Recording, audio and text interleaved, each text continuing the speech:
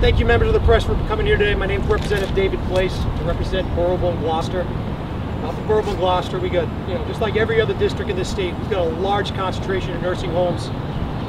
And since the beginning of this whole thing back in March, we sat inside this building and we observed when the first outbreak took place out in Washington State. And we saw the first place where there was a concentration of fatalities due to this virus was in a nursing home. And as that continued, you saw Italy, all of a sudden, Italy starts to spark up as well. And you see in Italy, you see the nursing homes.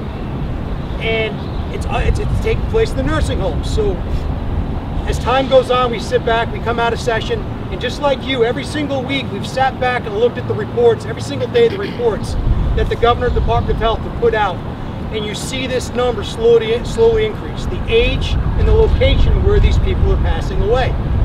So as we're seeing this, as a caucus, as we're seeing this in the data, we start hearing from our constituents, from family members that have family members have their family in the homes, and for people that work at these homes. Personally, I've talked to 4 different people in 4 different facilities that do 4 different jobs. And at all levels, they're just baffled because they just don't know what to do next because there's no guidance coming from the top. And I'm not standing here right now saying that the state isn't doing something. I'm just reporting what they're telling me. And when there's a conflict between what the executive branch is telling us on a regular basis, and there's a conflict between what our constituents and people in these homes are saying on a regular basis, what's really going on. And the only way to resolve that conflict is for the legislative branch to do its oversight, to come in and conduct hearings.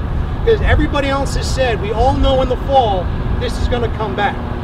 And we need to identify the things that have been done right in facilities and things that have been done wrong. Like Representative Lyle, he represented 2 facilities, one where his mother is and one where his mother-in-law was.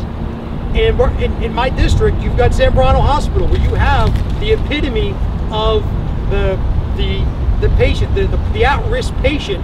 And the last time I spoke to that facility, they had almost no instances of COVID in that facility. And then you look at different nursing homes throughout the community, and you see the spark-ups. What is the difference? What is going on at one facility that's not going on at the other? And I think that's something, and that's what this caucus is calling for, that we need to ask. We need to make sure that the executive branch is doing its due diligence, because the people that are in this field, that are doing the work, are telling us they're not getting guidance. That when they go on a call every Wednesday, they get guidance from the Department of Health, and 15 minutes later, the governor comes up on TV and says something 180 to what they just heard on the conference call. That breeds fear amongst them.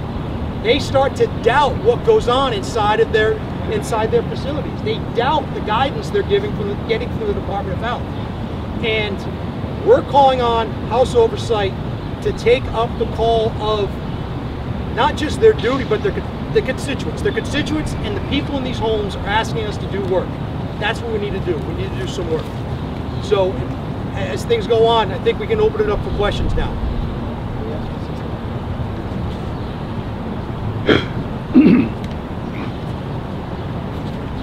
If there's no questions to me before I step away, that way we don't have the shuffling around.